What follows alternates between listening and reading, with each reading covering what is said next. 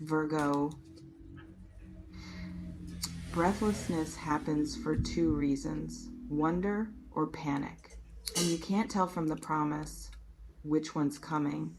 Can't distinguish between the gasp of awe and the gasp of shock just from words on a screen telling you something's approaching, something significant, something that will literally affect your respiratory system through sheer magnitude of experience. But that's the design, isn't it? That's the hook. Keep it vague enough that your mind fills in the blanks. Let you project your deepest hope or deepest fear onto that blank canvas labeled next week, and watch as anticipation does the heavy lifting. Watch as you create the very breathlessness. The title promises, not through what happens, but through what you imagine might happen. Because right now, reading this, your breath might already be shallow, might already be caught somewhere between your chest and your throat, not because of what's coming, because of what you're imagining. Because your body doesn't differentiate between real threat and imagined possibility, doesn't separate actual wonder from anticipated wonder. It responds to narrative, to story, to the tales you tell yourself about what next week might bring. And that response, that physiological reaction to words describing future you haven't experienced yet, that's not prophecy. That's just how easily we're hijacked by suggestion.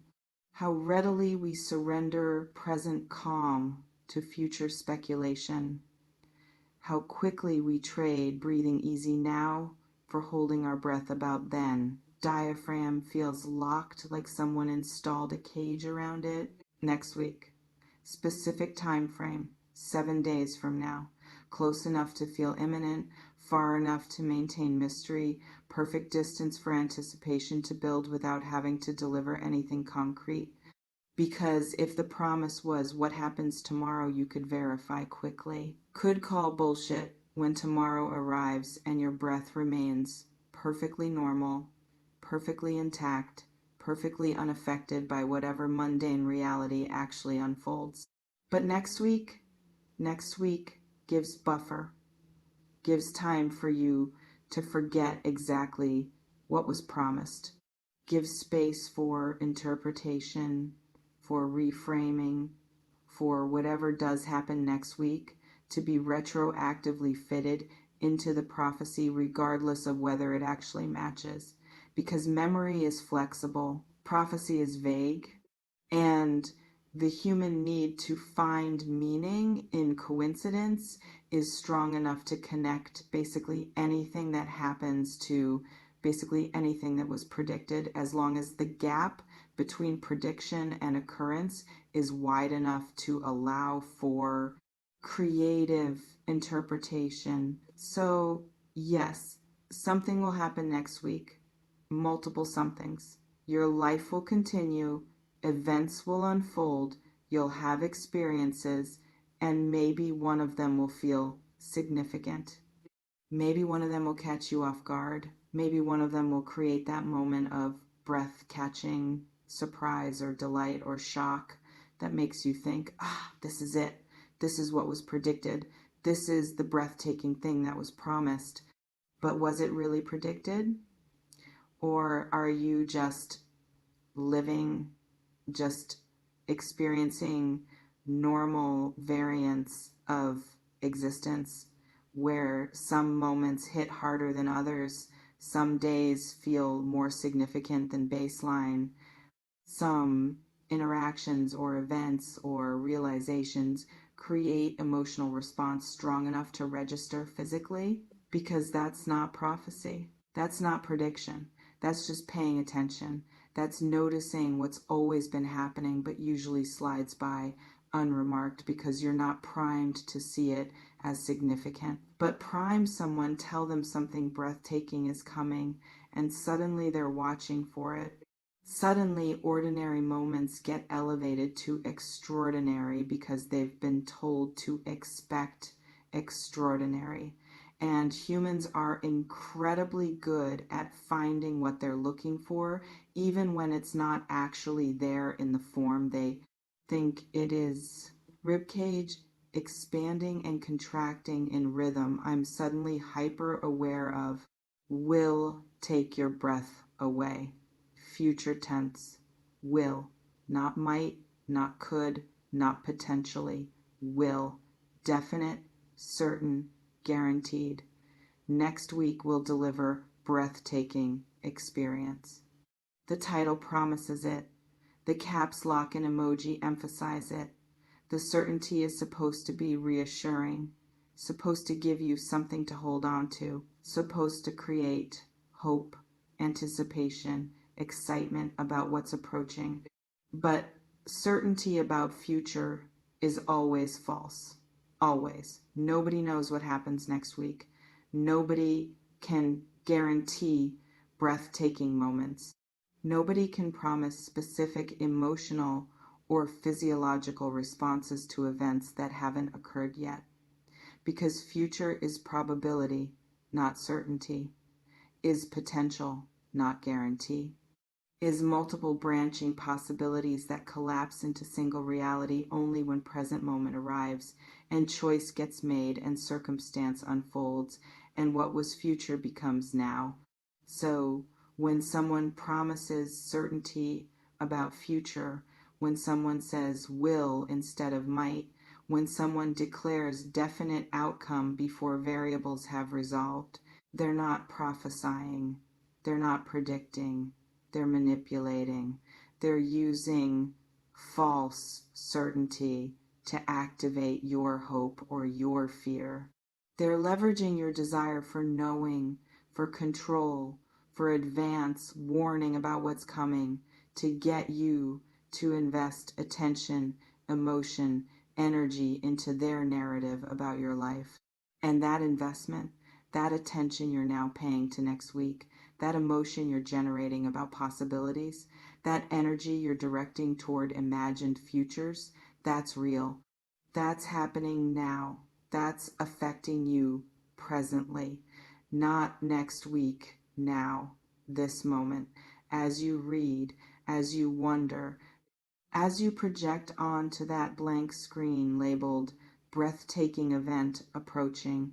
Every hope, every fear, every desire, every dread that lives inside you waiting for excuse to surface. So the breathlessness, it's already happening, not from what's coming, from what you're imagining about what's coming, from the story you're telling yourself about next week, from the investment you're making in certainty that doesn't exist about future that hasn't arrived. Throat constricting like it's rehearsing the breathlessness being promised.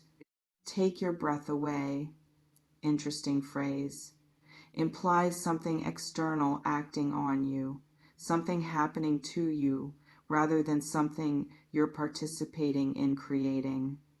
Take implies theft, removal, loss of something you possess, your breath, your autonomy, your calm, your ability to remain steady, being taken from you by force of circumstance, by magnitude of event, by intensity of experience that overwhelms your capacity to maintain composure. And maybe that sounds romantic. Maybe the idea of being so affected by something that you literally can't breathe sounds like evidence of being alive, of being moved, of experiencing something profound enough to disrupt basic biological function. Maybe you want that, want to be taken over by experience so completely that your body responds involuntarily. Want proof that you're capable of being that affected, that moved, that transformed by external events. But consider the other interpretation. Consider that having your breath taken away isn't always positive, isn't always wonder. Sometimes it's shock, Sometimes it's trauma. Sometimes it's panic. Sometimes it's your system responding to threat, to danger, to something so overwhelming that fight or flight activates, and suddenly you can't breathe, not because you're in awe, but because you're in crisis. And the promise doesn't specify which, doesn't tell you if next week's breathtaking moment will be beautiful or brutal, doesn't clarify if your breath gets taken by joy or by devastation, just says it will happen. Just guarantees breathlessness without context, which means you get to fill in that blank too. Get to imagine best case or worst case or everything in between. Get to activate all your hopes and all your fears simultaneously because the promise is vague enough to accommodate anything. And that vagueness, that's not kindness. That's not leaving space for possibility. That's manipulation through ambiguity. That's using your uncertainty against you. That's getting you to do the work of creating meaning, creating anticipation, creating emotional investment, while the prediction itself remains safely vague enough that whatever happens can be retrofit to match. Lungs feel shallow, like they forgot how to expand fully. What happens? Not what you do, not what you choose, not what you create. What happens? Passive construction, events occurring to you rather than choices you're making. Life happening at you rather than you happening at life, which is interesting framing, which reveals something about the worldview embedded in this promise, the assumption that significant things happen to you, that breathtaking moments arrive from outside, that your life is something that unfolds upon you rather than something you actively construct through continuous choice and participation. And maybe sometimes that's true. Maybe sometimes events do arrive unbidden. Maybe sometimes circumstance imposes itself regardless of your choices. Maybe sometimes life does happen in ways you can't control, can't predict, can't prepare for. Accidents happen, surprises arrive, circumstances shift. Other people make choices that affect you. Systems beyond your control create outcomes you have to navigate. Sure, all true. But making that passive experience the default framework, positioning yourself as recipient of what happens rather than agent in what you create, that's disempowering. That's giving away authority over your experience. That's waiting for life to happen to you instead of happening to life.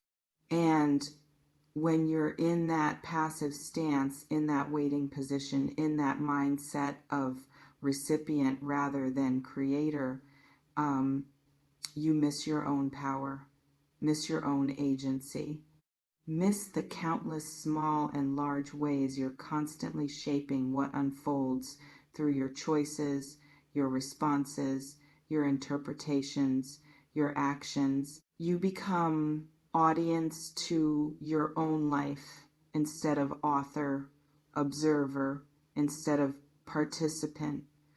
Someone things happen to instead of someone things happen through. And from that position, yeah, breathtaking moments seem like they arrive from outside, seem like they happen to you, seem like events that take your breath away rather than experiences you're co-creating through how you show up, what you notice, what you make significant, what you allow to move you.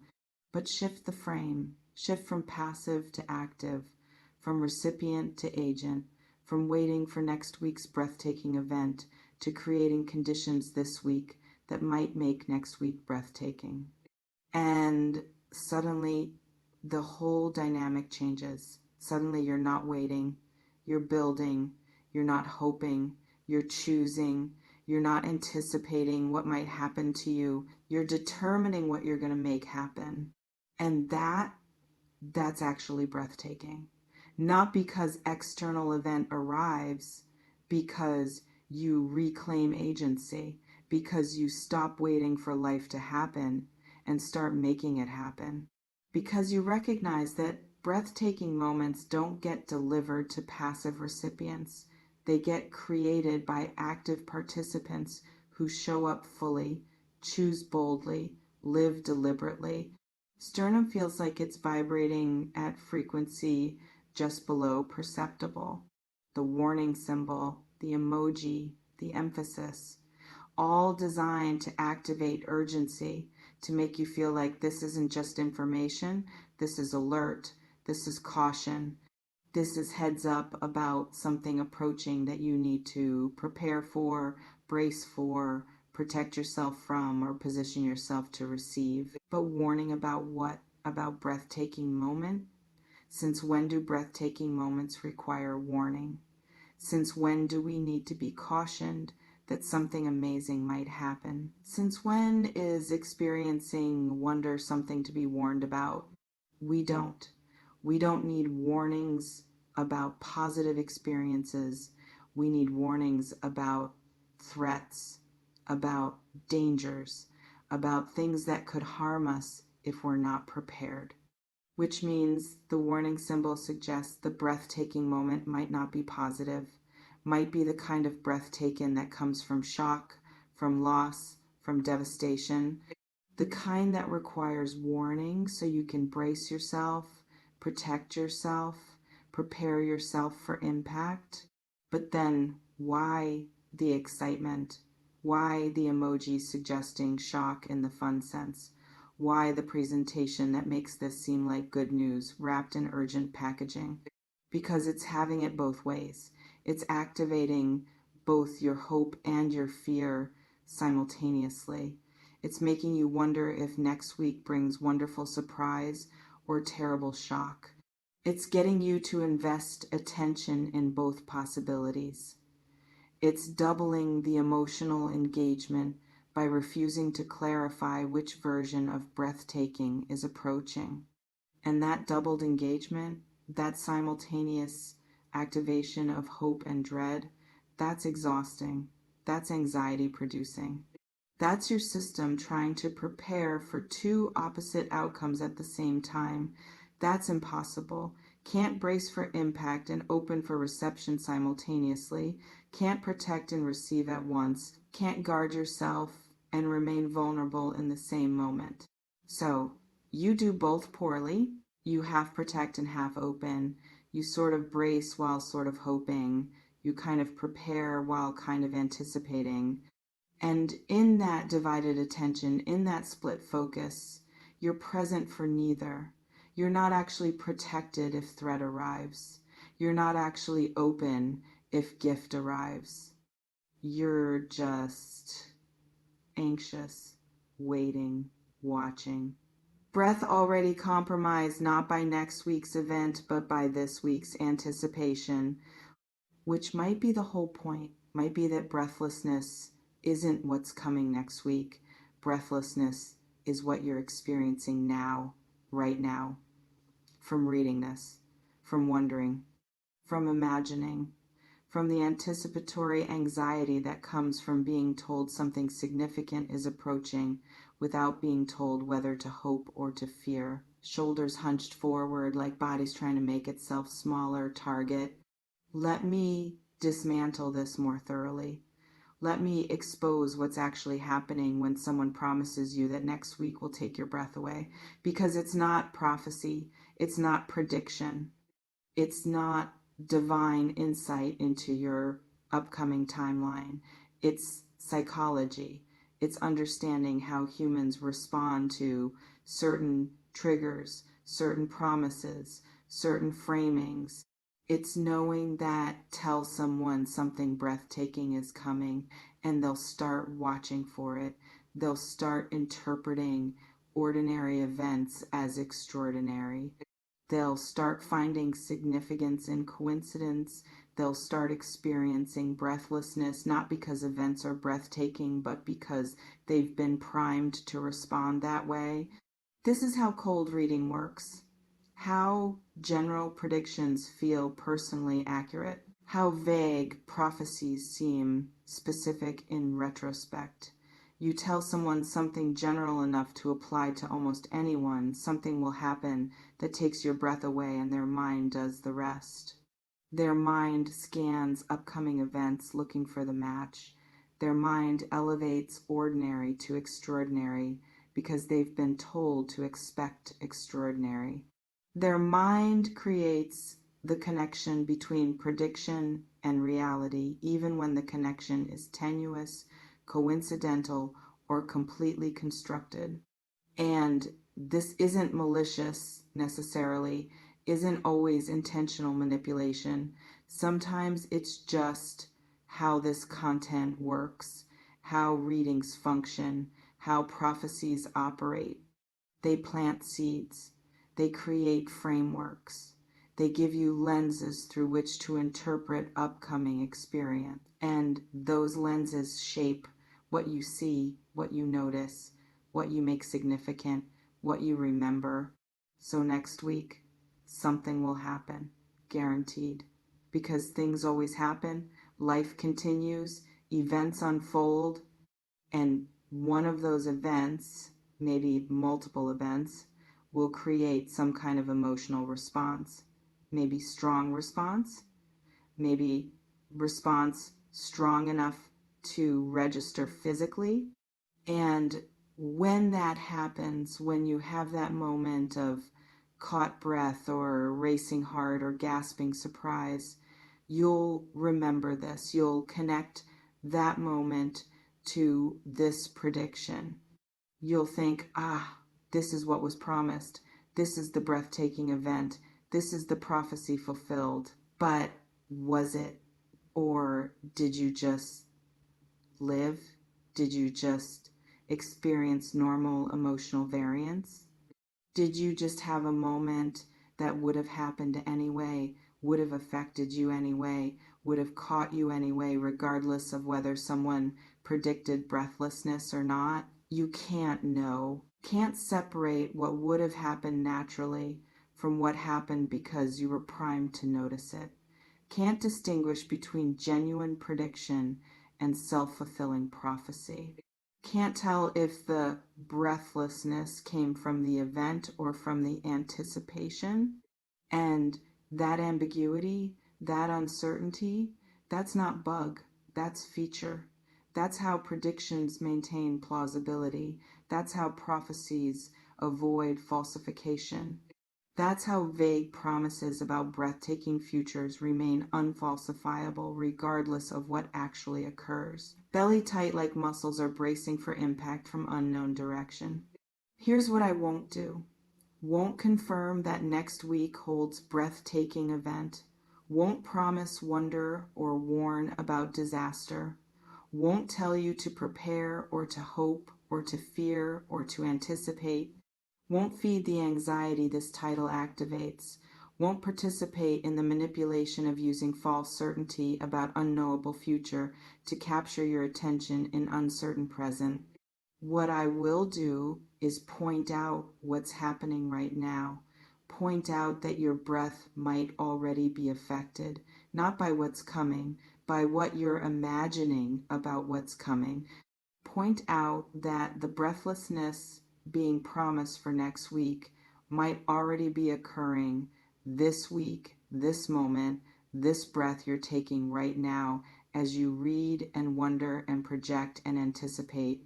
Point out that you have choice about that, choice about whether to invest emotional energy in speculation about future, choice about whether to let vague promises about next week compromise your capacity to breathe easy this week. Choice about whether to remain present with what is or disappear into anxiety about what might be. And I'll point out that next week, when it arrives, when it becomes now, when future collapses into present, you'll have to be there, actually present, actually breathing whatever breath is available in that moment, and the quality of that presence, the depth of that breath, the capacity you have to actually receive whatever occurs, that gets compromised by spending this week in anticipatory breathlessness. that gets diminished by using today's oxygen to fuel tomorrow's speculation. You can't live next week today. You can only live today. And spending today's aliveness worrying about or hoping for next week's breathtaking moment, that's not preparing for future. That's abandoning present. That's choosing to miss today's ordinary breathing in service of next week's promised breathlessness, which would be tragic, which would be actual loss, actual theft of breath, not next week, now, this week. These moments you're spending in speculation rather than respiration, in anticipation rather than participation, in wondering about future rather than being present to present, jaw trembling like it's trying to say something words can't convey. So here's my counter offer.